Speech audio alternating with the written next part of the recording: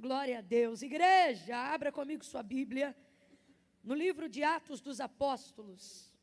Nem sei se eu dei a parte do Senhor para vocês. Dei não, né? Dei? Graças a Deus. Estou ainda voltando a essa atmosfera terrestre. Estava ali pensando nas coisas do alto. Oh, aleluia. Você está no lugar certo, na hora certa, fazendo a coisa certa. Você está no melhor lugar que você poderia estar na sua vida nessa tarde. Dá uma olhada aí para o teu irmão e diga, não tinha lugar melhor para você estar agora não. Diga para ela ou para ele, diga, não tinha. Tinha não, você está na hora certa, no lugar certo, fazendo a coisa certa. Aleluia, é por causa disso que eu sempre profetizo. Em razão disso, até o que ia para dar errado na tua vida vai dar certo. Oh, glória! Aleluia! Atos dos Apóstolos, capítulo de número 9. Como é bom estar aqui nessa tarde, meu Deus. Bendito Deus, aleluia. Você pode dar um glória a Deus pelos músicos que estão conosco nessa tarde? Não. Dê um glória a Deus com vontade. Dê um glória a Deus. Deus abençoe os instrumentos e os instrumentistas. Porque se Deus abençoar só os instrumentos, né, irmão? Eu não ia poder fazer nada. Mas graças a vocês, eu estava ali pensando, né? Nós precisamos, né? Eu acho que por muito tempo, por medo de que os nossos ministros se envaidecessem por causa do dom, a gente acabou abafando demais como um método de disciplinatório, como quem diz assim, para que não se envaideça, aquela preocupação, né? E isso acabou por tentar sombrear demais um ministério que é tão valioso. Porque eu fiquei imaginando se o nosso amado ali estivesse adorando e não tivesse exatamente o acompanhamento que nós tivemos aqui, se teríamos sido impactados da mesma forma. Me desculpe, não é querer diminuir o espiritual, não, porque Deus é invisível, tudo aqui é espiritual. Mas é para ser honesto acerca da maneira como somos impactados na hora da adoração. Se não fosse o acompanhamento desses rapazes, não ia ser igual. E às vezes, por um longo tempo, eu me lembro que por causa, às vezes, da preocupação, né, de que a vaidade tomasse o coração deles, isso acabou sendo tomado de uma forma, eu nunca falei isso não, mas eu estou sentindo de Deus de falar isso aqui, por um tempo, por uma preocupação, né, acabou sendo abafado demais, e o que o Jesus ensinou é honra a quem tem honra. Nunca vamos permitir com que o nosso medo de falar algo, com medo de que o coração de alguém se vire do avesso, porque eu tenho para mim que elogio não deforma, só manifesta a realidade que já existe em alguém, né? E às vezes por um medo, acabamos por deixar de comentar demais e deixando esses rapazes entrarem e saírem como se o ministério deles tivesse que ser uma coisa oculta no bastidor. E como eu estou falando aqui, eu não estou falando propriamente desses, mas de todos os músicos que têm abençoado a casa de Deus e a adoração que fazemos ao santo nome do Senhor em todos esses dias da nossa vida. Então, eu vou te pedir mais uma vez para dar a Deus a glória que é devida pela vida de todos aqueles que têm renunciado para servir a casa de Deus, ao som dos instrumentos, louvando ao Senhor. Então, quando eu disser 3, eu vou dizer para você dar glória a Deus só pela vida dos músicos, e você vai entender a importância deles numa liturgia, e vai dar o melhor glória a Deus se você puder, amém? Dê um glória a Deus pela vida dos músicos. Oh, glória a Deus! Oh, glória! Aleluia, Deus abençoe, Deus continue guardando o coração de vocês. Foi Davi que disse que o Senhor é aquele que habita no meio dos? E eles fazem parte disso. Os louvores do Senhor são entoados através dos instrumentos de cordas, das notas e de tudo aquilo que o louva, né? E eu senti de Deus de manifestar a nossa atenção a isso nessa tarde. Quem entendeu, diga amém. Se não entendeu, coma menos, que vai ficar tudo bem. Atos capítulo 9, quem achou, diga amém. Versículo 10 em diante. Diz assim o texto sagrado: havia em Damasco um discípulo chamado Ananias, e disse-lhe o Senhor em uma visão: Ananias. E ele respondeu: eis-me aqui, Senhor. E disse-lhe o Senhor: levanta-te, vai à rua direita e pergunta em casa de Judas por um homem de Tarso chamado Saulo, pois ele está orando. Como é que Saulo estava, gente? E numa visão ele viu que entrava um homem chamado Ananias e punha sobre ele a mão para que ele tornasse a ver. Olha isso, Saulo estava orando, depois de 3 dias apenas, gente, da conversão dele no caminho de Damasco. E em oração, o Senhor já estava lhe concedendo uma visão. Vocês estão entendendo isso? E numa visão, ele viu que um homem chamado Ananias, qual era o nome do homem? Entrava e punha a mão sobre ele, para que ele tornasse a ver. E respondeu Ananias: Senhor, de muitos eu ouvi acerca deste homem, quantos males ele tem feito aos teus santos em Jerusalém, e que aqui ele tem poder dos principais sacerdotes, para prender os que invocam o teu nome. O que Ananias está dizendo? Ele está dizendo: Senhor, esse homem tem autorização e autoridade para prender homens como eu. Disse-lhe, porém, o Senhor: vai. O Senhor disse o quê, gente? O Senhor disse o quê? Vai, porque ele é para mim um vaso escolhido para levar o meu nome perante os gentios, os reis e os filhos de Israel, e eu lhe mostrarei o quanto ele deve padecer pelo meu nome. Então Ananias foi, entrou na casa e, impondo-lhe as mãos, disse: Irmão Saulo. Essa saudação está dessa maneira também aí na tua Bíblia? Está escrito irmão antes de Saulo? Então responda para mim, como é que Ananias falou com Saulo quando viu? Irmão Saulo, o Senhor Jesus, que te apareceu no caminho por onde vinhas, me enviou para que tornes a ver e seja cheio do Espírito Santo. E imediatamente lhe caíram dos olhos como se fossem umas escamas, e ele recuperou a vista, e levantando-se, foi batizado. E depois de ter comido, sentiu-se fortalecido, e esteve Saulo alguns dias com os discípulos em Damasco, e logo nas sinagogas pregava dizendo que Jesus era o Filho de Deus. E você diga amém por essa palavra. Eu vou te pedir para despertar uma reflexão aí na vida da pessoa que está do seu lado. Eu vou contar de 1 a 3. Quando eu disser 3, você vai dizer assim para ela: e se hoje? No 3 você diz, tá bom? E se hoje teu inimigo virasse o teu? Não. Irmão. Se ia te deixar triste ou feliz, hein? Você não vai perguntar essa parte para ele, não, se ia deixar triste ou feliz. Você vai deixar só a reflexão. Você vai dizer: e se hoje teu inimigo virasse o teu irmão? Porque quando Ananias entrou em casa onde estava Saulo, ele o chamou de... Mas poucas horas atrás ele estava argumentando com Deus, dizendo: este aí. Se eu te dissesse que nessa tarde o Senhor nos reuniu para perguntar se você está pronto para saudar seus novos irmãos que outrora eram os seus inimigos mais vorazes, isso te alegra ou isso arrefeceria a vibração do teu culto? Porque o que você talvez não queria não era transformação, era vingança. É tarde de confrontar o nosso cristianismo. Olha para o teu irmão e diga: o caldo vai engrossar.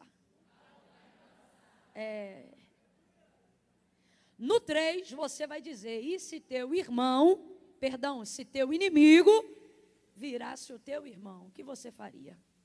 É 1, é 2, é 3, pergunte aí.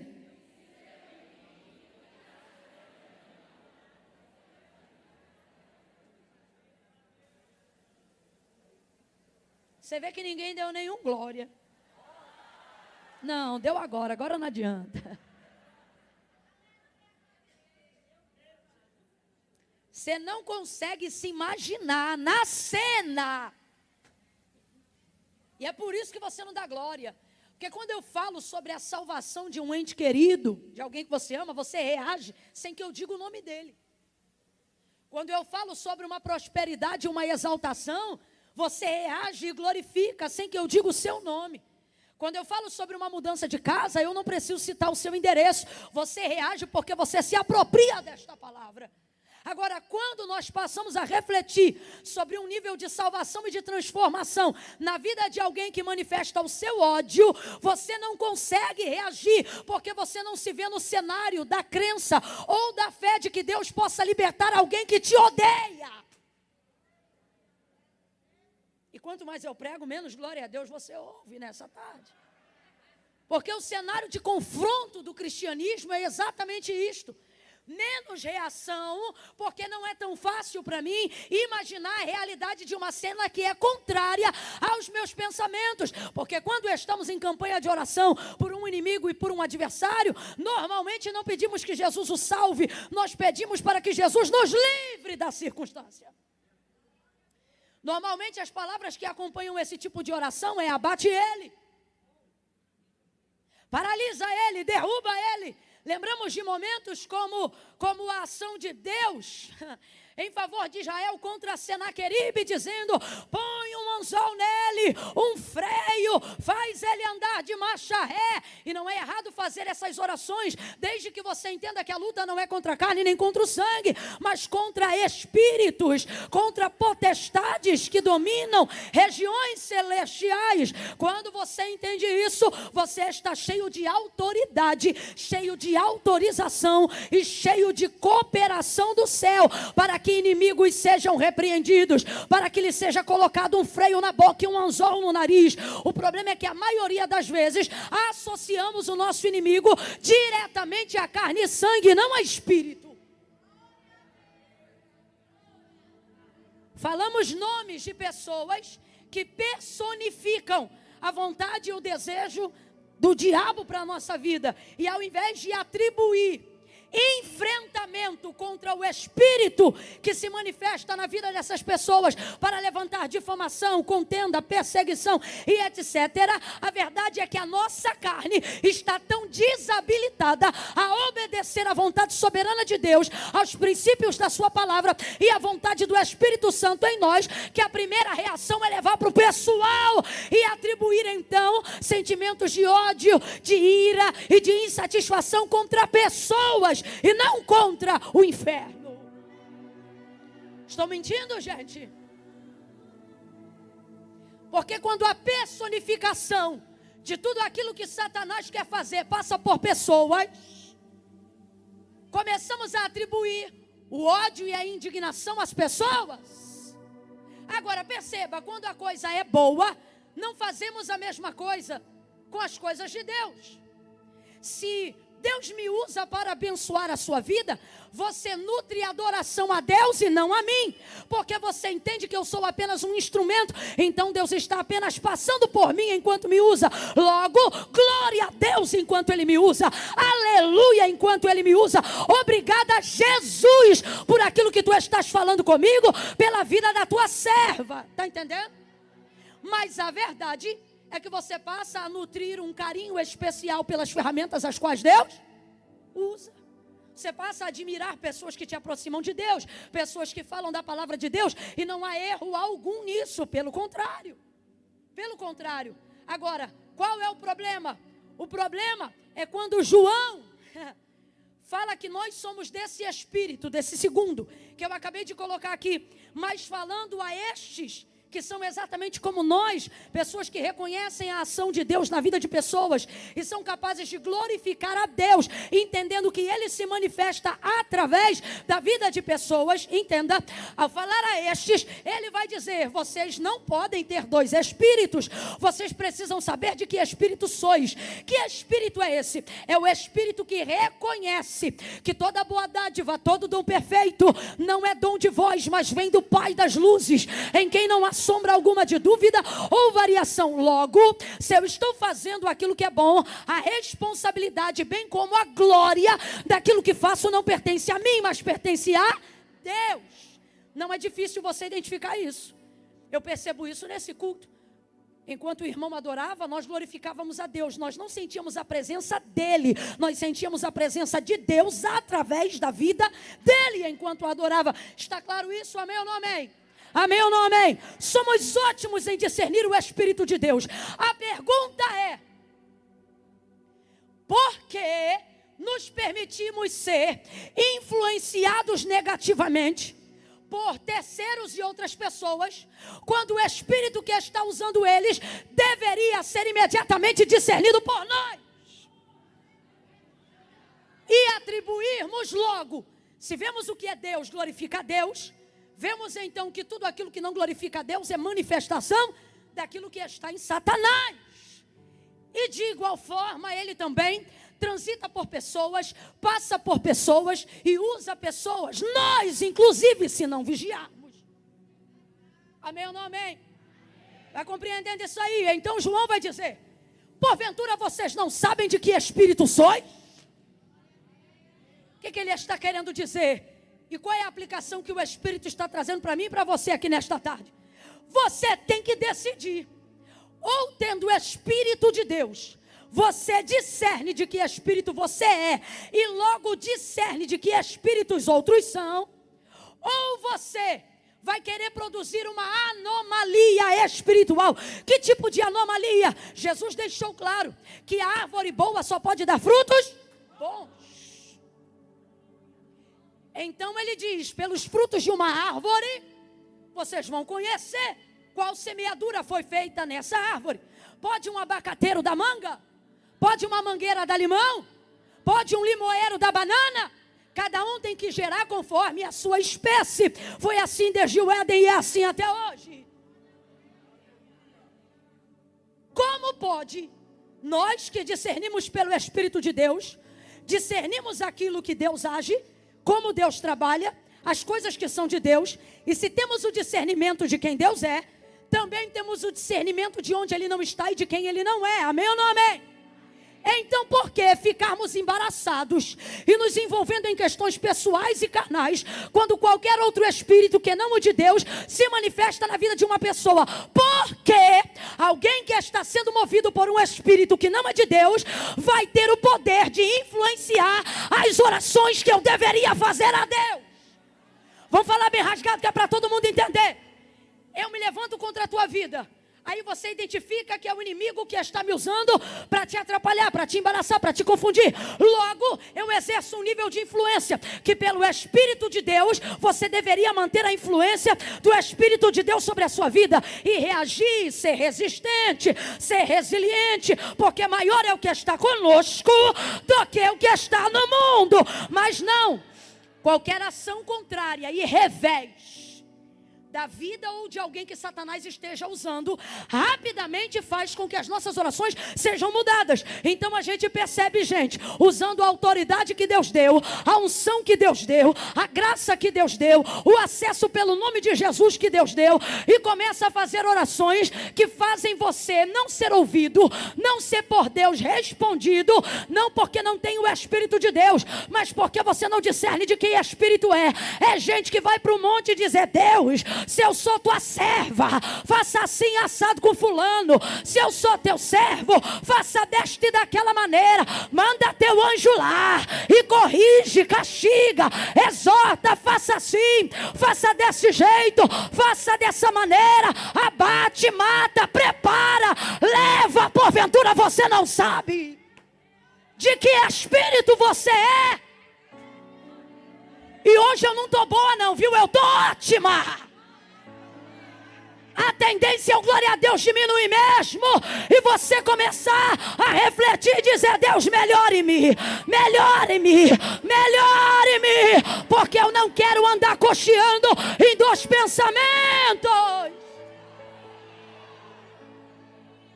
Eu não quero que as ações do mal contra mim influenciem a minha capacidade de obedecer o teu Espírito que governa sobre mim. A perseguição não pode influenciar sua tendência espiritual. Você precisa estar subordinado ao que Jesus disse, aconteça o que acontecer. Vamos falar bem rasgado para todo mundo entender? Por que existem pessoas que conhecem a Deus, aparentemente servem a Deus, tomam santa ceia, frequentam a igreja, são batizados, têm pastor, estão atrelados ao rol de membro de uma igreja, de uma instituição eclesiástica, mas por que quando botam a mão não tem batismo? Por que quando botam a mão não tem cura? Por que quando bota a mão não manifesta discernimento, não manifesta absolutamente nada? Porque são pessoas que ainda não discerniram de que espírito são. E por que não?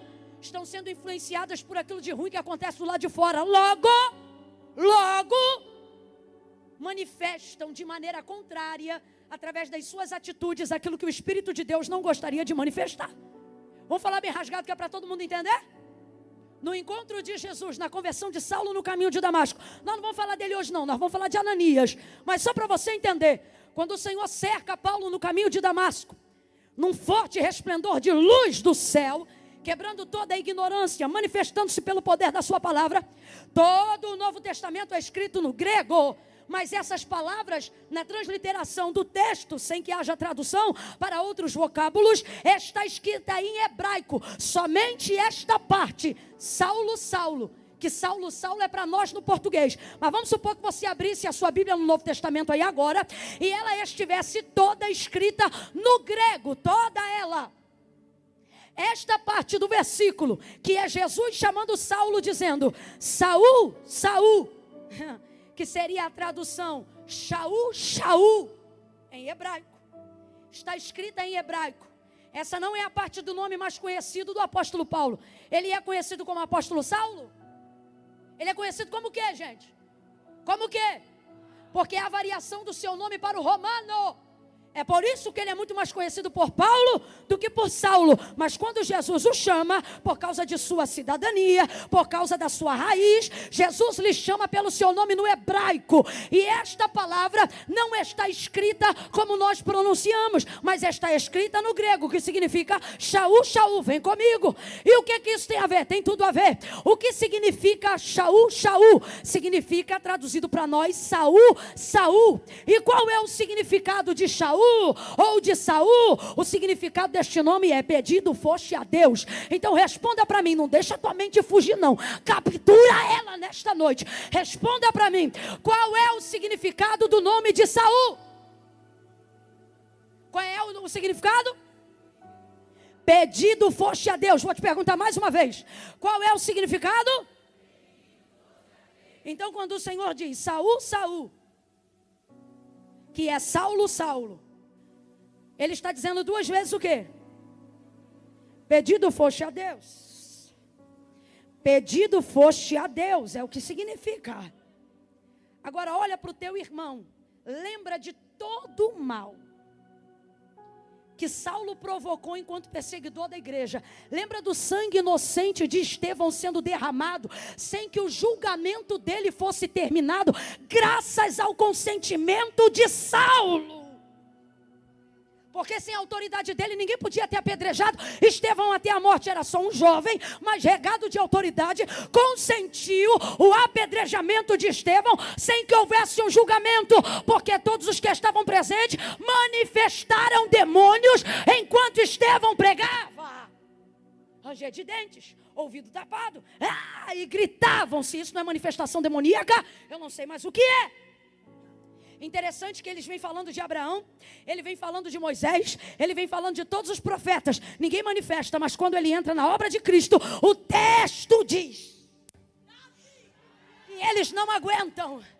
E enquanto Estevão só traz a mensagem, ele não se defende, ele só libera a palavra. Você está entendendo? Deus está dizendo, não se preocupe em justificar, em defender. Só libera a palavra defende, a palavra justifica, a palavra garante, a palavra vai à frente, enfim. Apedrejaram ele até a morte, com o sentimento de Saulo. Eu não estou falando de um frequentador da igreja, eu estou falando de um perseguidor da igreja. Eu estou falando de um homem que ele mesmo afirma, depois da sua conversão, que de todos os religiosos ele era da sua seita o pior de todos eles. O cara é brabo. Quem está me entendendo, diga amém. Imagina essa cena. Agora Jesus chega para ele no caminho de Damasco e diz: Saul, Saul, Shaul, Shaul, Saulo, Saulo. O que significa isso? Imaginando isso agora, lembrando de quem Saulo era, vendo Jesus dizer: pedido foste a Deus. Pergunta para essa pessoa que está do teu lado: quem pediu? Quem pede por um desgramado desse? Entenda, fique comigo até o final. Quem pede? Pergunta de novo para ele ou para ela. Pergunta, diga, quem pede? Quando você vê um homem mau matando um homem bom, você não pensa, por exemplo, é só um exemplo, que o homem mau tem mãe. Você só pensa em pedir consolo para o filho ou a família de quem perdeu o homem bom. Você só consegue imaginar que ele tem mãe. Você só consegue imaginar que ele tem família. Mas pasme, os maus também têm mãe. E às vezes elas são do círculo de oração. Mas a tendência é orar em uma vertente só. Pelo homem bom, pelo que morreu, pela família que é cristã. Recalamacha, derrementre, calabaia, chominência. Hoje vai ter um batismo aqui, mas é de amor. Abacalachanderremi, e calabai, derrementre, calabarachai. Quem pediu? Quem pede por um perseguidor ávido em destruir homens bons? Quem faria uma intercessão transformadora e salvífica por um homem que persegue uma igreja benevolente, amorosa, misericordiosa, participativa, que está mudando a comunidade local? Vamos então à mentoria da igreja. Quem foi que mentoriou o primeiro apóstolo da igreja? Quem foi que cuidou da igreja primitiva? 3 anos e meio de mentoria com o próprio Cristo. Ele ia para o monte, eles iam para o monte. Ele dormia na relva, eles dormiam na relva. Quando ele levantava, eles levantavam. Quando sentava para comer, eles sentavam com ele. Os discípulos andaram com Jesus 24 horas por dia, todos os dias ao longo de 3 anos e meio, orando com ele, comendo com ele, jejuando com ele, caminhando com ele, curando com ele, vivendo cada minuto com ele. A igreja primitiva não foi mentorada por nenhum curso. A igreja primitiva andou com o verbo vivo que se fez carne e habitou entre os homens. Essa igreja vai viver um avivamento extraordinário e sobrenatural. Ela cai na graça do povo. A descida do Espírito Santo vem, enche os crentes de poder e de autoridade, para onde pisarem, manifestarem Cristo. Vai ouvindo aí. Primeiro apóstolo da igreja. Vamos falar aqui pastor, né? Na nossa cultura, o primeiro pastor da igreja foi um vacilão antes de ser um crentão. Acabou de tomar a ceia e Jesus disse para ele: quando tu te converteres. Pedro estava convertido quando tomou a ceia? Estava nada. Mas Jesus o expulsou? Não. Olha como ele diz: Satanás anda procurando te cirandar como trigo, mas eu roguei ao Pai por ti, para que quando tu te converteres, aqui ó, hoje sua fé está fraca, é o que Jesus está dizendo, mas quando tu te converteres, por quê? Porque são 3 anos e meio investindo nesse vacilão. Jesus não perde investimento. Você pode ser o maior vacilão da história da tua família. Se Jesus entrar na tua vida, Ele vai te cuidar do pé até o fio de cabelo. E Ele vai te transformar de dentro para fora, de uma tal maneira em que as áreas que você mais caiu, você vai se tornar o construtor de pontes para que outros não caiam nela. Você vai virar especialista. Aí Jesus diz: quando tu te converteres, fortalece os teus irmãos. O que é que ele está dizendo? Ainda não está convertido não, mas vai ficar. E quando ficar, vai ficar muito bom. Jesus acabou de dizer isso para Pedro. E Pedro diz assim: estou pronto. Jesus acabou de dizer para ele o quê? Que ele não está. E como que ele responde? Mas não entende nada mesmo, é um cabeçudo. estou pronto para ir contigo até a morte e a prisão. Aí Jesus não aguenta e revela tudo. Pedro, ainda hoje, antes que o galo cante, antes que a trombeta toque, 3 vezes, né? Uma não. 3 vezes. Tu me negarás. E negou ou não negou? É tão interessante que quando ele nega pela 3ª vez, quem está passando na hora da negativa dele, no pátio, é Jesus. Aí Jesus olha ele, diz o texto, por cima do ombro. E o olhar de Jesus encontra com o olhar de Pedro na hora que ele nega. A 3ª vez. E o galo canta na passada. Quando parece filme. Só você olhar o texto. Jesus passa. Pedro contrapassa. O galo canta. E os olhos dos dois se encontram. É Pedro com o olhar dizendo, eu estou pronto. E Jesus com o olhar dizendo, não te falei? Saiu dali e foi chorar amargamente. Não estava pronto. Quando Jesus mandou ele guardar tudo, ele puxou a espada da bainha. Foi tentar cortar a cabeça de Malco e arrancou a orelha. Quando Jesus te chama para uma coisa, não tente fazer outra. Você acha que ele mirou na orelha? Ô meu filho, você acha que Pedro, quando cortou a orelha de Malco, ele estava mirando na orelha? Tava não. A orelha só pegou porque ele era muito ruim. Era pescador, não era soldado. É isso que acontece quando você quer transitar fora do teu chamado, só passa vergonha. Mas nesse caso foi bom. Olha a cena de Jesus catando a orelha do homem. Mete a tua espada na bainha, Pedro. Como quem diz, eu não já te falei. Deu uma vacilada. Quem está entendendo até aqui, diga amém. Só que ele aprendeu, porque depois da ressurreição, Jesus pergunta para ele 3 vezes na frente dos seus irmãos, tu me amas? Tu me ama como estes me amam? E ele dizia, amo.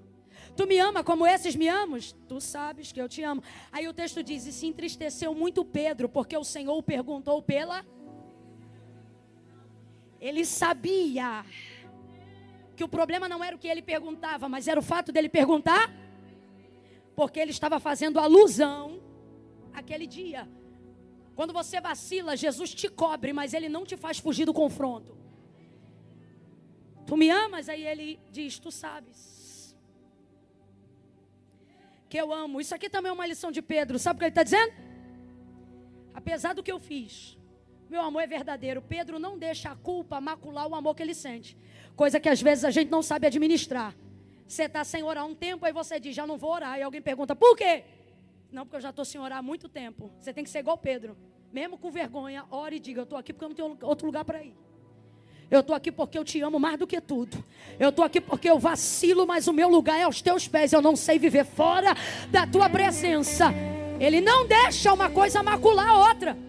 Ele não deixa a consciência dele pregar para ele uma mensagem diferente por causa de uma atitude errada que ele tomou. Tu sabes que eu te amo. Ficou triste, Jesus o promoveu. Apacenta as minhas ovelhas. Ou promoveu ou puniu. Era um jeito de mostrar para ele, tu vai ver o que eu passo na tua mão. Pedro convertido, totalmente convertido. Ficou tão convertido que depois, no dia de sua morte, quando disseram que ele ia ser morto com morte de cruz, seu último pedido foi, vira a cruz de cabeça para baixo, porque eu não sou digno de morrer a morte de meu Senhor. O covarde se tornou um corajoso, ávido defensor da igreja e do evangelho de Cristo. Aleluia! E o que a Bíblia nos mostra com isso, preste atenção. Este homem vai cuidar dos primórdios da igreja, vai doutrinar a igreja, vai ensinar a igreja. E o que ele ouviu de seu mentor, Jesus Cristo, ele ouviu isso aqui, ó. Se vocês só fizerem bem aos que vos fazem bem, que diferença vocês têm dos publicanos? Arabacalachai.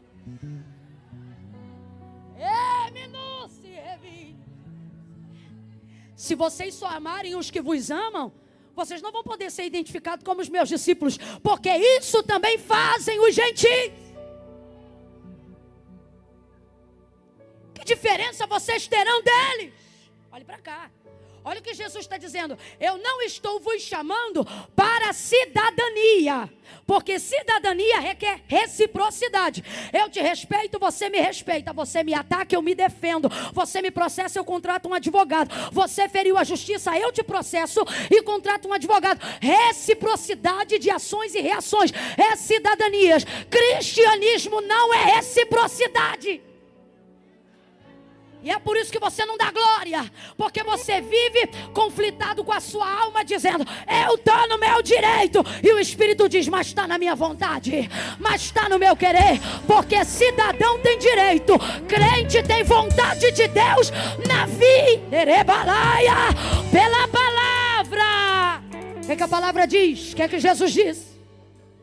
Que o Espírito Santo quer de mim, está entendendo? Aí ele diz, eu porém vos digo, olha o que ele está querendo dizer, não importa como o mundo vive, não importa o que as outras religiões pratiquem, não importa o que você aprendeu do seu pai, da sua mãe, do seu vovô, da sua vovó, não importa a que tipo de cultura você nasceu e pertence, olha o que ele está dizendo, eu porém vos digo, quando ele diz, eu porém vos digo, ele está dizendo, quem quer me seguir, faça o que eu digo, me ouçam. Eu, porém, vos digo, aí é que vem a paulada, amai.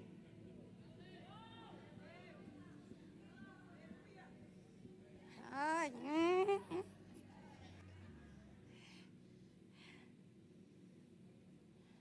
os que vos odeiam. Aí ele continua, orai pelos que vos perseguem.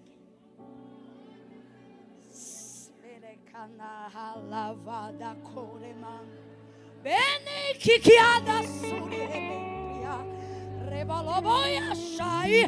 Qual foi a última vez que você orou com compaixão por alguém que te feriu, por alguém que te ofendeu? Qual foi a última vez que você conseguiu liberar perdão para alguém que te difamou e que nunca se retratou? Qual foi a última vez que você dobrou o joelho e pôde fazer a oração do Pai Nosso com a certeza de que está sendo perdoado, porque não concentra mal algum contra ninguém no seu coração? Fala a verdade, é tarde de reflexão. O Espírito Santo te trouxe hoje aqui para dizer, faxina a tua alma que eu atendo as tuas orações. Volta a ser do meu Espírito que eu volto a ouvir as tuas orações.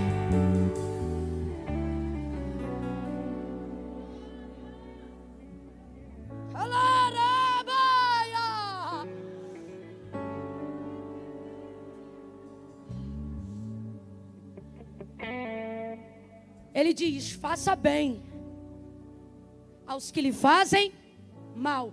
Não pague o mal com mal. Se te ferirem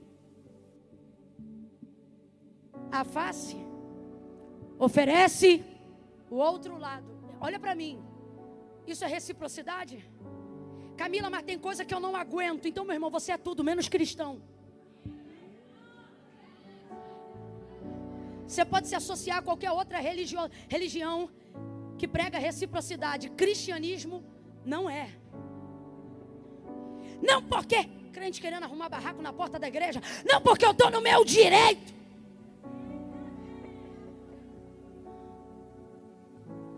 Não porque agora ela vai ver com quantos paus se faz uma canoa. Não porque... fulano vai saber que eu sou crente, mas eu não engulo sapo. Pois todo crente deveria ter um brejo em casa. Até o dia que Deus decidir fechar o brejo. O que isso significa? Significa que por amor a Jesus, tu não vai engolir um sapo nem dois não. Tu vai andar em muito brejo. Não porque tem coisa que eu não tolero, é porque tu ainda está vivo. Porque se tu já estivesse pregado na cruz, se tu já estivesse, como disse Paulo, que deveríamos estar, não vivo mais eu, mas Cristo vive em mim, e a vida que agora vivo na fé daquele que me chamou. Que é isso? Eu não vivo para poder devolver o tapa, eu não vivo para remoer as ofensas que me fizeram, as ofensas que me fazem, não são a mim, são ao Cristo que eu sirvo. Então, se são a Ele, Ele vai decidir como julgá-la. A mim convém interceder, a mim convém mostrar cristianismo. Mas duro é esse sermão. Inclusive, quando Jesus o pregou, a multidão começou a vazar. E até os discípulos disseram: esse sermão é muito duro, quem poderá ouvi-lo? Você acha que Jesus tem preocupação com quem não vai ouvir? Você acha que Jesus chega no sermão que ele entrega e porque os ouvidos não estão gostando, ele começa: calma, calma, calma, nós vamos já cantar um hino, daqui a pouco nós vamos curar, hein? Vamos fazer oração. É ruim, hein? Ele olha para os discípulos que dizem: como é duro esse sermão, quem poderá suportar? E diz: e vocês querem ir também? Porque cristianismo não é obrigatório. Pelo contrário, se alguém quiser, disse Jesus, Mateus 16, 24 em diante, se alguém quiser, o que é que ele está dizendo? Vem quem? Alguém botou uma arma na tua cabeça? Quando você decidiu entregar a vida a Cristo?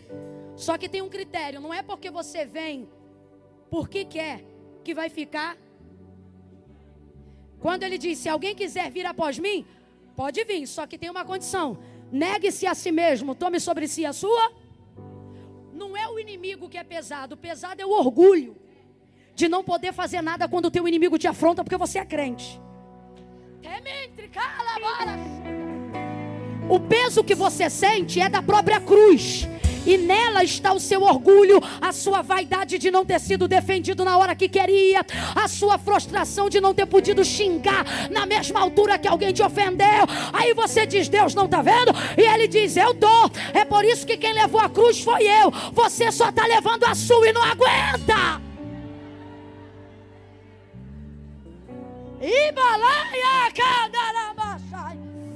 Faz um espontâneo aí que é para poder aliviar a alma, porque o caldo vai ficar mais grosso.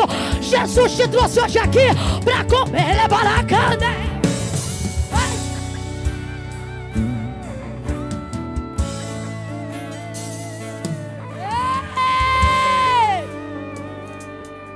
Desperta, igreja!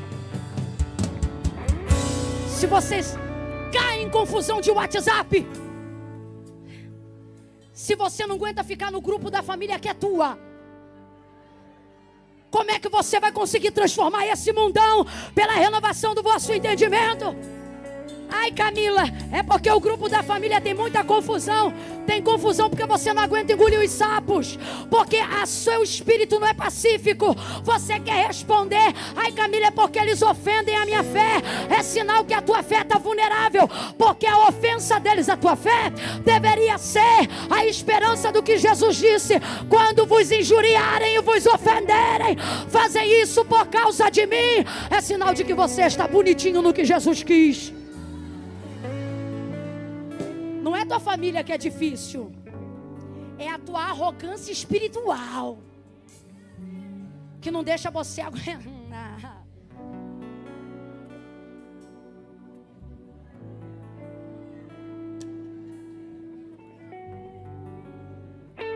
Ele nos trouxe aqui para dizer: que diferença vocês andam fazendo?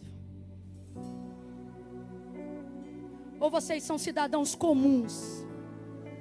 Porque se são cidadãos comuns e apenas isso, não que não devamos ser, mas se vocês são apenas isso, não são peregrinos em terra estranha.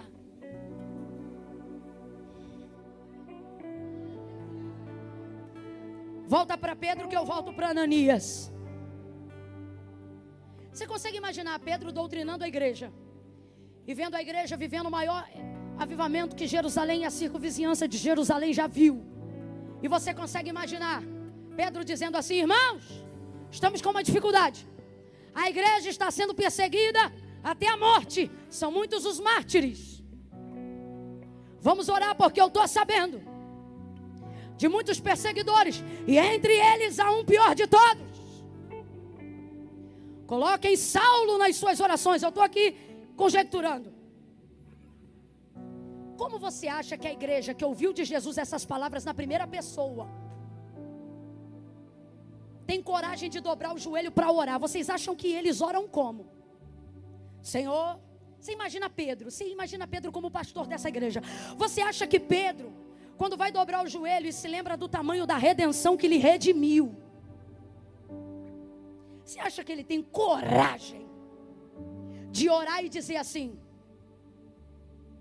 Deus, mata esse perseguidor, porque ele está matando os teus servos. Deus, prepara a oração do crente que não tem paciência para interceder. Prepara, como quem diz, estou sem tempo. Prepara e leva. Fala real. Você acha de fato que é assim que alguém como Pedro, alcançado pela graça, tu acha mesmo que um Mateus cobrador de impostos, que foi redimido pela graça de Jesus, você acha que ele tem coragem de dobrar o joelho e dizer: Deus, acaba com eles? É isso? Então você não leu a Bíblia direito e não ouviu o que disse o nosso mentor. Não paguem o mal com o mal, mas devolvam fazendo o amai os que vos, orai pelos que vos. Então vamos lá. Saul, que significa o quê? Significa o quê? Pergunta aí para tua irmã, para o teu irmão: quem tu acha que pediu?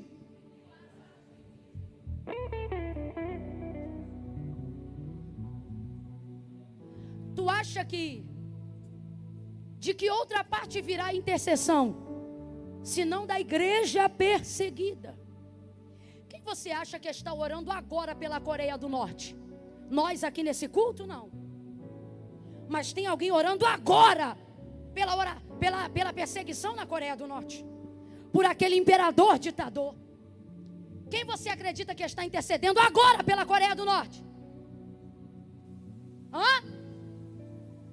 Sobre eles é ávida a perseguição. Você acha que quem é que coloca pedido de oração todo dia para que Deus livre a Coreia do Norte? Quem? Quem, gente? Os que estão lá. Se a igreja é a maior atingida na perseguição de Roma e de Saulo contra ela, quem você acha que está orando por isto? Agora pense como esta igreja está orando, tendo Pedro como seu visionário, tendo os discípulos como aqueles que andaram com Jesus. Só uma sugestão: tu acha que essa igreja está se reunindo em casa para orar, dizendo mata? Ou eles veem o que Jesus fez na vida deles e pensa: se fez com a gente, nada é impossível para ele. Se fez com a gente, tudo é possível ao que crê. Se salvou a mim, também salva eles. Se curou a mim, também cura eles. Se libertou minha mente, também liberta eles. Você sabe quem não ora por transformação? Você sabe quem não ora por salvação? Quem ainda não entendeu o plano da redenção na própria vida. Quando nem você sabe de onde foi tirado, te falta compaixão e fé para crer que Deus tira o outro, porque nem você entendeu ainda da onde Ele te tirou. Mas quando você pensa que só Ele podia ter te tirado da onde te tirou, só Ele poderia ter feito o que fez. Você não pensa em impossível, você pensa: se fez comigo,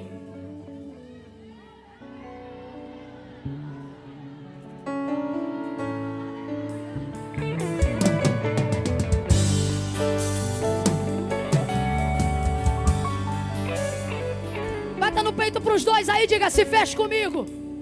Não, entendendo de onde vai. Camila, mas eu nasci num lar cristão. Meu irmão, você pode ter saído até do ventre da irmã da Maria.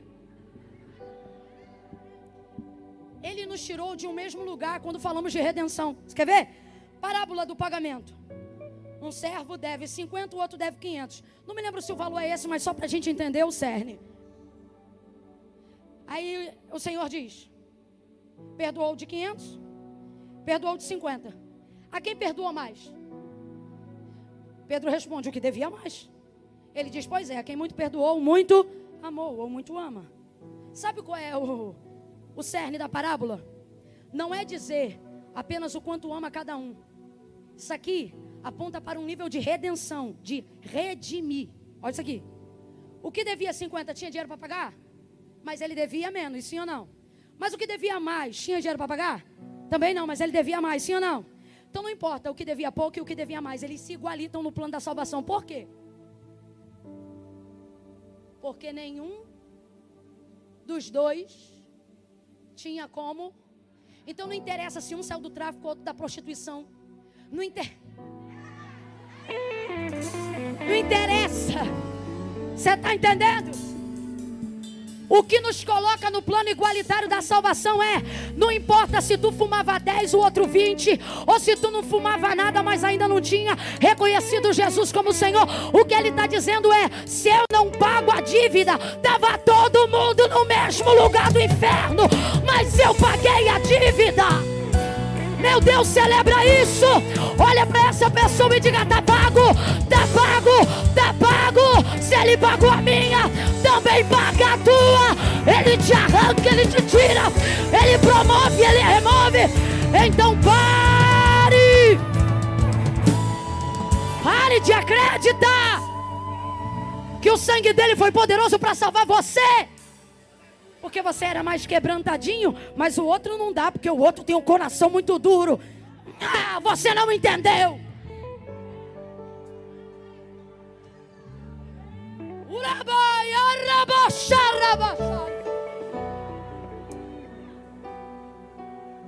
A igreja não ora. A igreja que conhece a pregação de Jesus sabe que o mesmo Deus que tem poder para matar também tem poder para ressuscitar, restaurar, libertar, salvar. Só que qual é a diferença do intercessor? É que o intercessor tem mais poder na oração quando ora a pregação de Jesus do que quando ora a sua vontade emocional. Eu não vim aqui dizer que Deus não mata. Goste você ou não, Ele mata. Eu não vim aqui dizer que Deus não vinga. Só que a vingança não é minha. Ele mesmo diz: minha é a vingança. Então aonde entra eu, você, naquilo que tem efeito? Qual é a oração que produz efeito? João 15. Se vós estiverdes em mim e as minhas permanecerem em vocês, olha o que ele diz: pedirei. Tá. Olha de novo para tua irmã, para teu irmão, e diga: quem pediu? Quem pediu? Quem pediu por ele? Porque o clamor ali é: pedido foste a Deus. Olha aí de novo para teu irmão, de quem pediu? E tudo que pedirdes ao Pai, Ele vô-lo conceda. Sabe o que ele está dizendo? Se você orar o que eu quero, não tem não para a sua oração. Você quer ser conhecida, você quer ser conhecido pelas vezes que Deus ouviu e não atendeu? Ou você quer ser alguém com o testemunho de Cristo, que quando falou do relacionamento dele com Deus, ele disse: o Pai faz tudo o que eu peço. Por quê? Porque tu é o filho? Não, porque eu faço tudo o que lhe agrada. Quando você ora a palavra, quando você vive a palavra, quando o que você está fazendo é o que ele ensinou, não tem não para a tua oração. Ele vai dizer: seja feito aqui na terra como é no céu.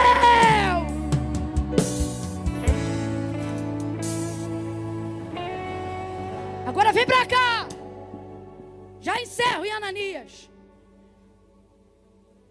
Quer dizer que tu crê que Deus tem poder para tirar uma vida? Quer dizer que tu tem poder para Deus provocar uma situação de humilhação na vida de alguém que você não gosta, mas não tens fé para acreditar que Deus faz o coração de pedra virar coração de carne? Desculpa, mas se é assim como eu disse agora que fazemos, o que nos move não é fé.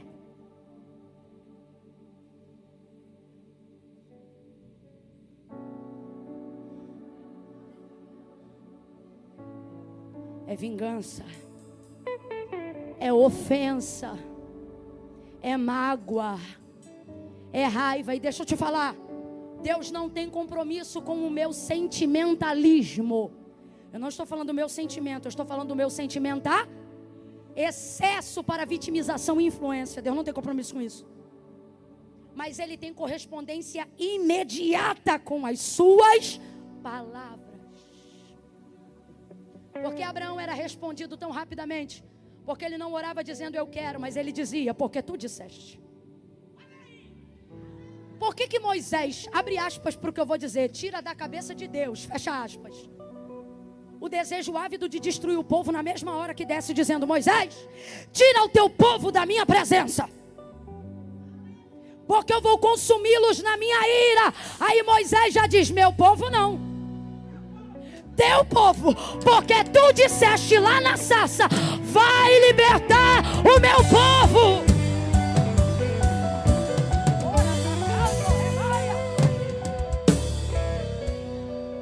Tem um momento nessa conversa que Deus sugere a Moisés inaugurar uma nova geração a partir dele. E diz assim, Moisés, vamos começar de novo. Deus ia fazer isso? Propriamente não, Ele só quer ver se você lembra do que Ele disse. Moisés, vamos começar uma nova história a partir de você. Olha como Moisés responde, e como ficará o que tu disseste a Abraão?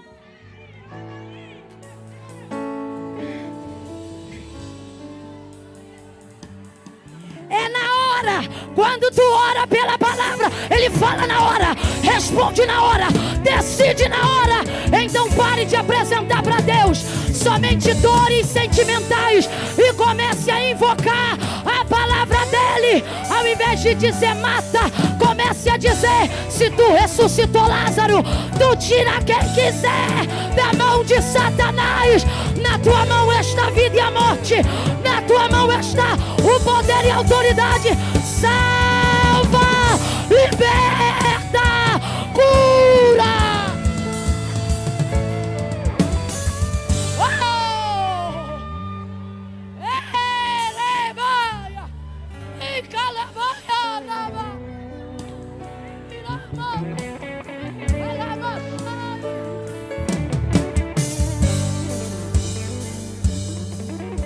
Seja alguém, seja a igreja que Deus ouve quando ora, seja a mulher que Deus para ouvir quando dobra o joelho, seja o homem que quando inclina o coração para orar, por Deus saber o que ele vai pedir, já envia anjo antes da palavra vir na boca. Camille, existe isso? Vá ler Daniel. Daniel, homem amado, desde o dia em que inclinaste o teu coração, eu enviei a resposta. O príncipe da Pérsia se levantou, mas por causa da tua intercessão,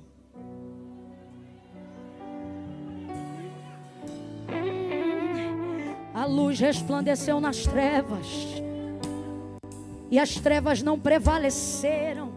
Não tem inimigo, não tem diabo, não tem tráfico, não tem vício, não tem anomalia comportamental, não tem ideologia que a palavra de Deus não atravesse.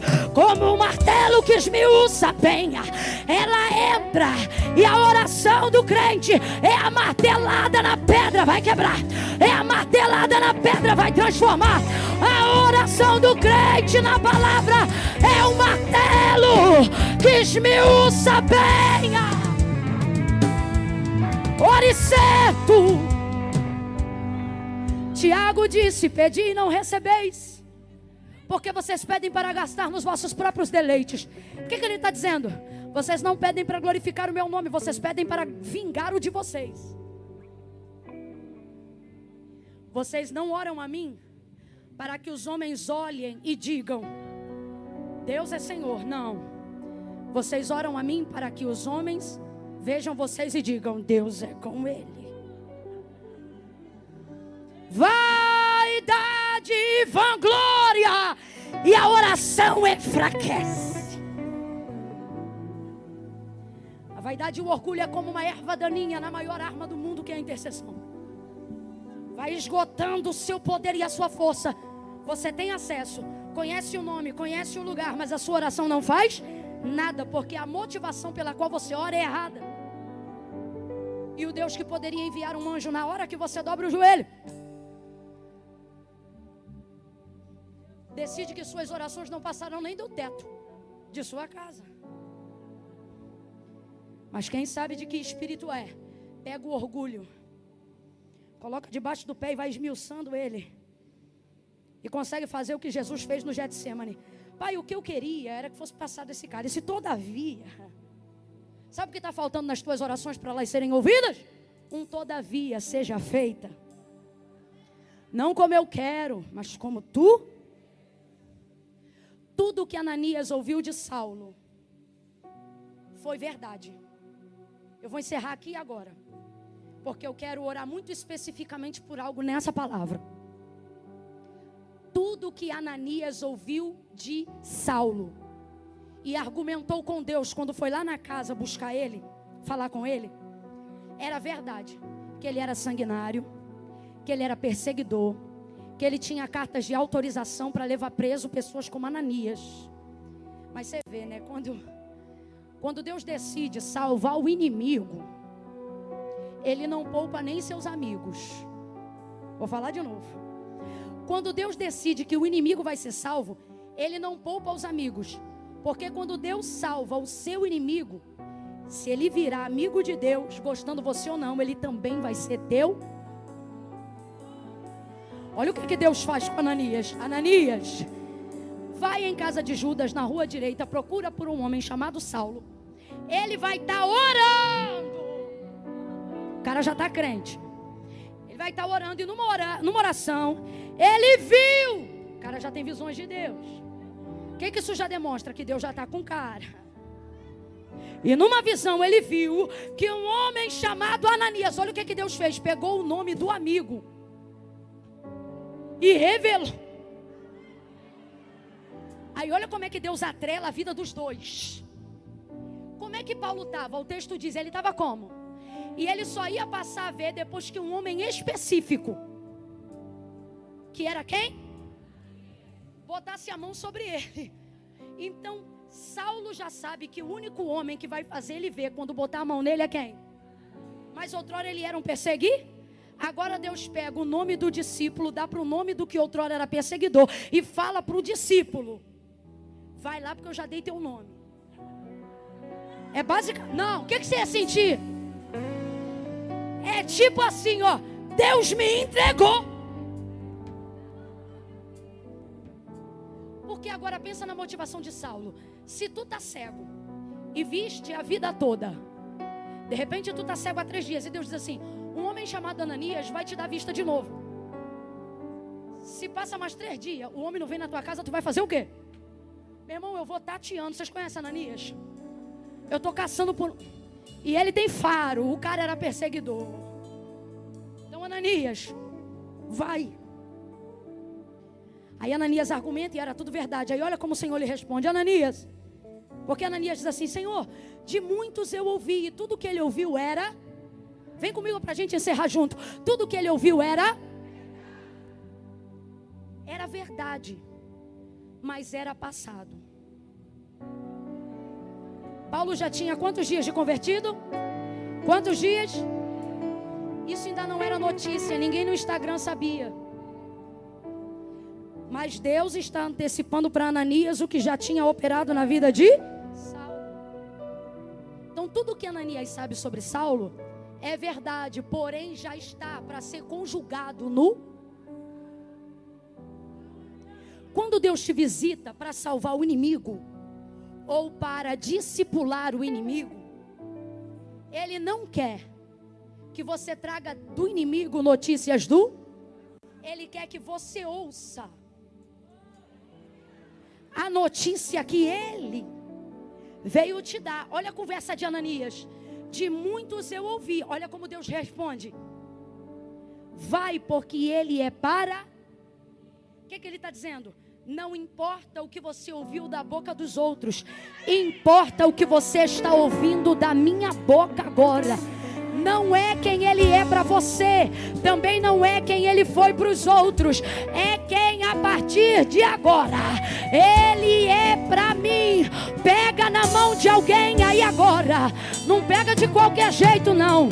Deixa essa pessoa perceber que ela sentou-se ao lado de um profeta nesta tarde. Segure a mão dele, segura, filho, segura a mão dela. Olha para quem está do teu lado e diga assim: por esses dias, entrega porque é profético, diga: por estes dias, Deus vai visitar teu perseguidor.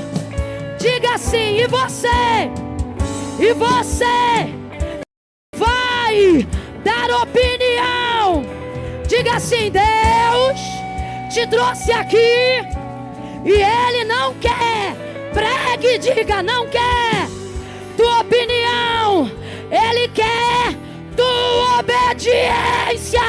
Vai, intercede, vai, impõe as mãos, vai, apoia, vai, ajuda, vai, fortalece, vai e participa daquilo que Deus começou a fazer.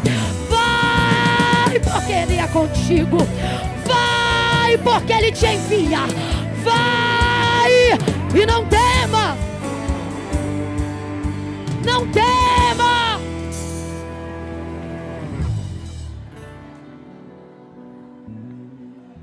Ananias, eu não vim te perguntar, eu que estou falando só para a gente entender se isso fosse contextualizado. Ananias, eu não vim te perguntar o que você pensa dele, eu vim te dizer o que eu digo sobre ele. Ananias, não importa o que você ouviu da boca dos outros, importa o que você está ouvindo da minha boca. E o que eu estou dizendo é que não interessa o que dizem quem ele é, para mim ele é escolhido. Eu vou fechar aqui. É complicadaço.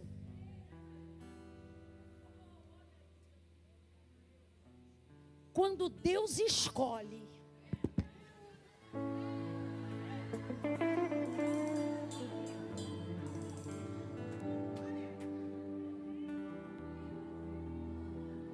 Quem queria te prejudicar. Quando você orava para Deus salvar, ela costurava teu nome na boca do sapo. É complicado quando Deus pega ela e ainda diz assim, ó, vai lá e ajuda, porque eu ainda vou usar ela mais do que eu uso tu.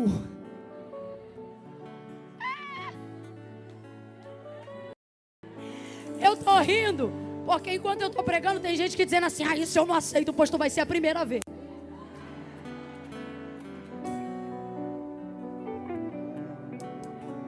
Agora a pergunta que a gente fecha, abrimos com uma pergunta reflexiva e vamos fechar com outra pergunta reflexiva. A pergunta que fechamos aqui é o seguinte: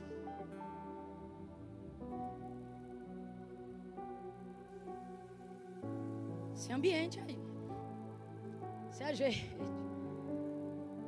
porque ficou nítida a tua frustração.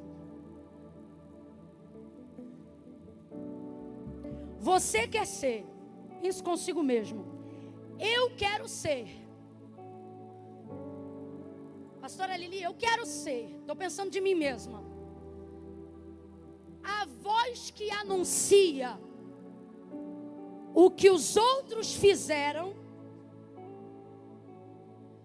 ou a voz que anuncia o que Deus fará. Quem sou eu no reino de Deus? Sou aquele que quando Deus visita, uso todo o tempo para argumentar e convencer Deus do quanto os outros não prestam, do quanto os outros não merecem. Ou sou a voz profética que não gasta tempo reproduzindo o que ouviu dos outros, mas manifestando o que ouviu de Deus. Seja profeta, olha no olho de alguém sem medo e diga: quem é você Que voz é a tua? Tu é a voz que manifesta o passado, olha para mim aqui. Ou tu é aquela que anuncia as coisas grandes e firmes que o Senhor vai fazer? A voz do futuro não anuncia o telejornal. A voz do futuro não anuncia a política global. A voz do futuro não fica remoendo a eleição. A voz do futuro anuncia o que a igreja no Brasil vai viver. A voz do futuro é a voz que anuncia para frente. Olha para alguém e diga: eu sou.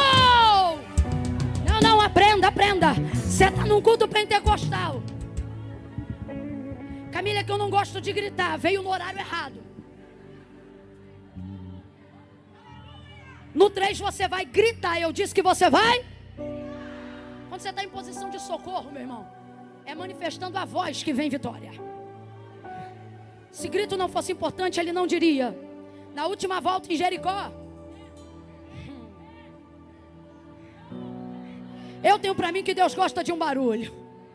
Pode falar o que quiser, eu tenho para mim que Deus gosta de um.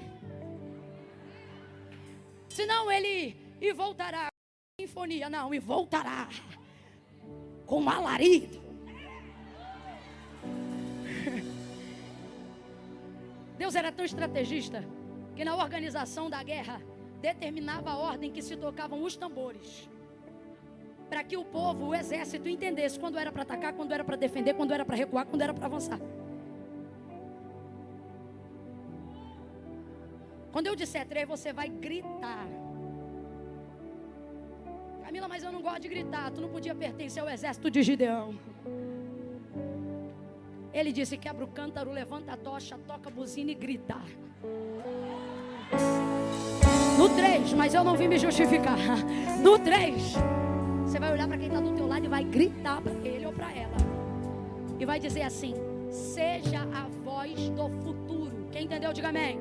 É 1, prepara. 2, vai tirando Bíblia e bolsa do colo. 2,5, fica de pé e levanta ele depois. Vai, fica de pé e bota ele de pé. Bota ele de pé.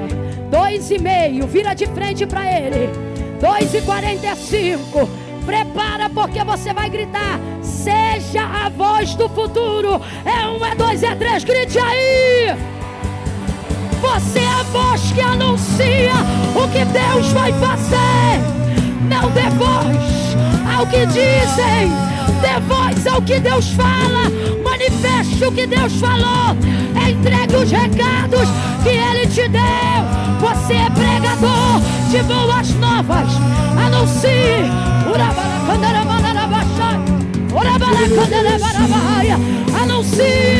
Anuncie. Oh, Yeshua.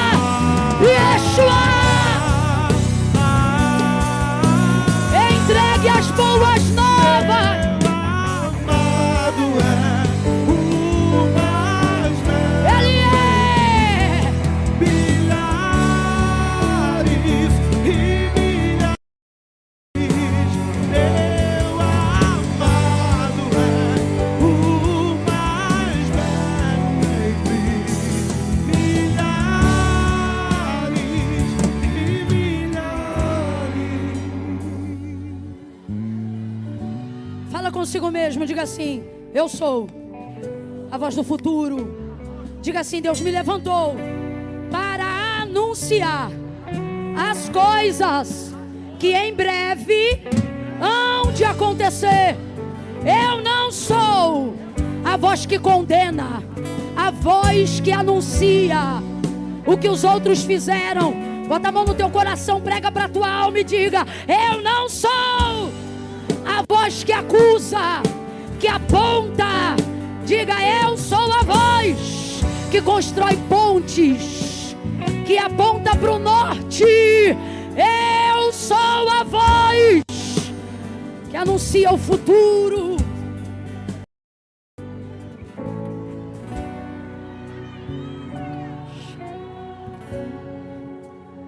Vozes do futuro. Se eu pudesse dar um tema para essa mensagem, eu diria: vozes do futuro. Alguém talvez olharia esse tema e pensaria: será que a pregadora anunciou quem veio do futuro? Não. Porque acredite, as vozes do futuro não estão no futuro. Elas estão aonde? Diga para mim. Jesus, o verbo em carne, veio do passado, do nosso passado, sim ou não? Sim. Mas João disse assim, ele é o mesmo. Ontem, hoje. Que coisa interessante. Uma pessoa que está historicamente num verbo que é conjugado no passado, enquanto esteve aqui, anunciar o futuro. Fala para mim, às vezes que Jesus gastou tempo na mensagem para falar do passado. Rapaz, o negócio era tão doido que teve um dia que ficou tenso. Ele queria anunciar o futuro e os fariseus só lembravam do... E está ele tentando apontar o futuro. Tentando não, apontando o futuro. E os fariseus só querem lembrar do... Irmão, quem só vive para apontar passado é da seita dos fariseus. Aí está ele querendo apontar para o futuro. Ouve isso aqui. Eles não aceitam e usam como respaldo de passado Abraão, como respaldo de passado Moisés. Jesus disse assim, acerca do casamento: Moisés vos disse assim, pela dureza do vosso coração, porém eu vos digo. Olha isso. O tempo todo Jesus está atualizando. Aí quando ele está numa outra conversa com os fariseus, que não é com os fariseus, é com o povo, e os fariseus se metem. Porque fariseu não tem ministério. O ministério do fariseu é perturbar o ministério de quem tem ministério. Aí eles dizem assim, porque Abraão, tentando respaldar, né, usando o nome de alguém influente no passado. Aí Jesus vai acabar com aquele negócio, vai dar uma confusão. Porque olha o que ele vai dizer. Nessa hora eu te confesso que eu nem julgo os fariseus. Porque imagina um homem de 30, 32 anos, olhando para um povo barbudo, que está acostumado com a lei todo dia, dizendo assim, ah, vocês falam de Abraão? Abraão me viu no meu dia e me glorificou. O que isso significa? Vocês querem usar Abraão? Abraão era um homem que via porque ele me viu no meu dia e me glorificou. Aí você pensa assim, Camila, será que isso não é linguagem figurada? Né, não, irmão? Porque Paulo, ao escrever aos Gálatas, fala que Deus... Fala assim que Deus pregou para Abraão o evangelho. É tão doido que até tu está revoltado com o que eu estou pregando e está na Bíblia. Mas como tu lê pouco, ele está citando. Aí ele diz assim para os fariseus: Abraão me viu no meu dia e me glorificou, que significa me reconheceu. Se vocês fossem filhos de Abraão, vocês também me reconheceriam, porque Abraão me reconheceu. Aí Paulo vai lá e afirma isso, apontando para aquele dia que Isaac foi entregue acerca do carneiro e etc, e etc. Olha isso. Não há ninguém ainda na vida do passado que tenha conhecido Cristo, seja em sombra ou em luz, que não tenha a sua visão no futuro. Me mostre uma vez que Deus tenha aparecido a um homem, que tenha falado qualquer coisa sobre o passado dele, mas que não tenha lhe apontado alguma coisa sobre o seu. Ele pode até dizer, sei de onde você veio, mas a conversa nunca termina de onde você veio, sempre termina para onde ele vai te levar. Olha o que ele dizia pela boca dos profetas em dias de apostasia em Israel: eu irei atrás. Olha o que ele diz: endireitarei os caminhos.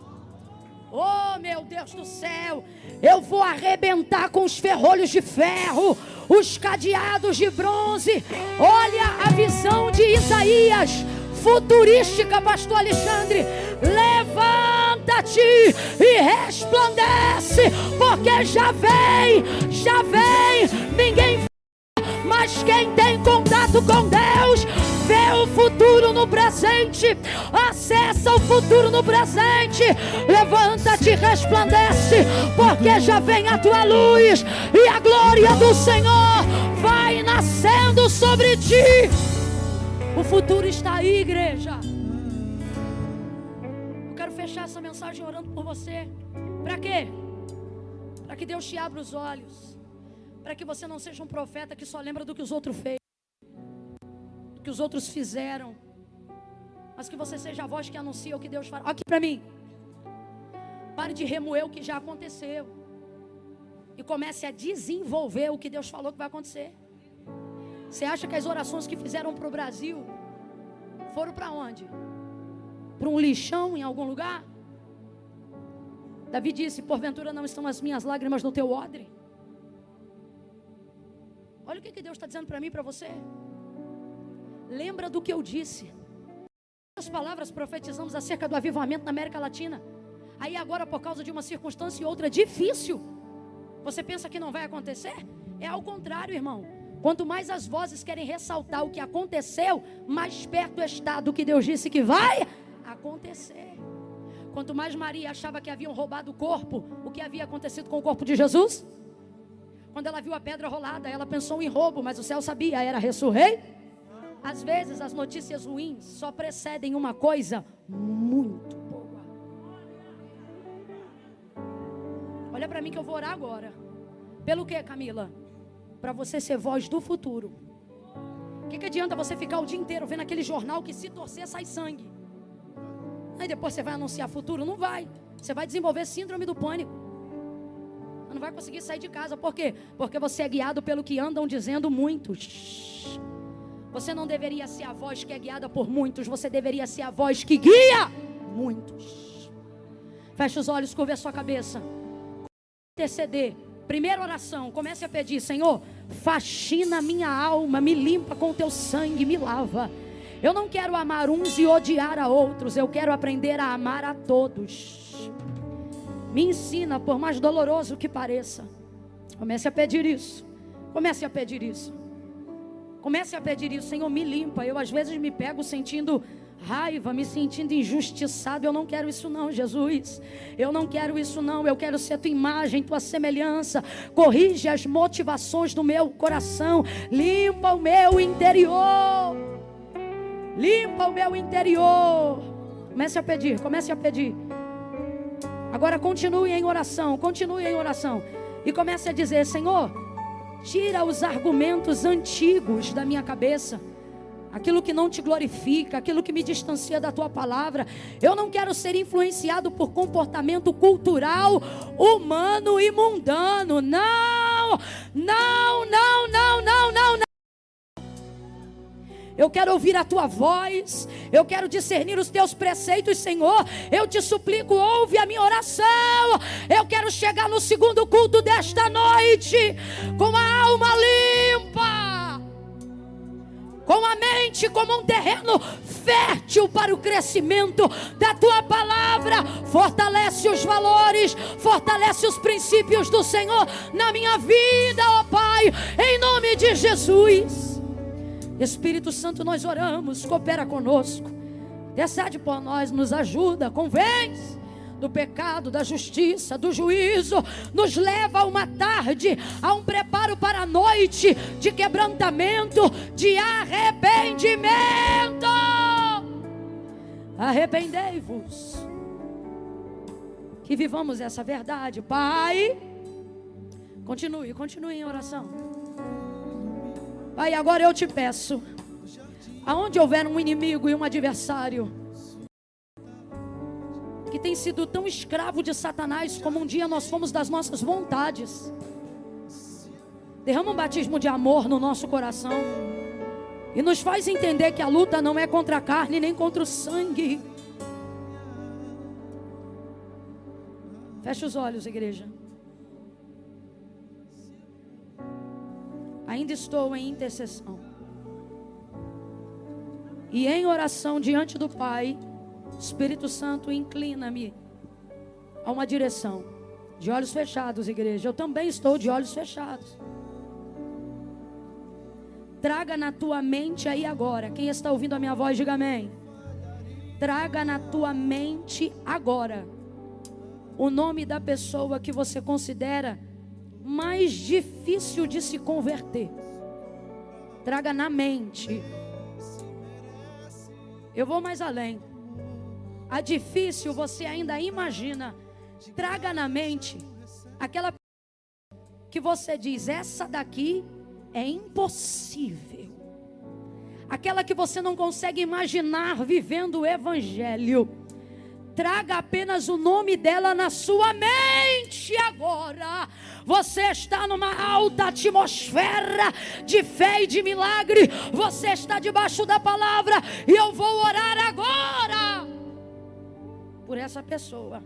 Esse é o terceiro nível desta petição. Traga ela na mente agora.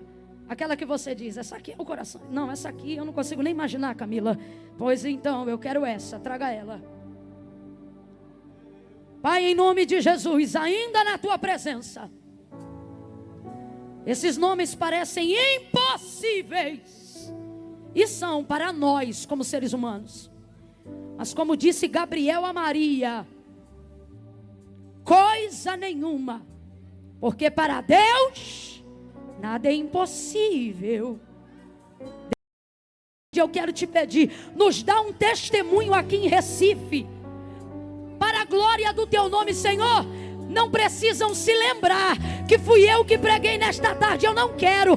Pode apagar o meu nome da memória deles nesta tarde, de modo que quando eles contarem o testemunho, eles digam, eu não lembro nem quem foi que pregou naquele dia, mas desde aquele dia Deus virou uma chave e eu passei a orar com compaixão pelo meu perseguidor.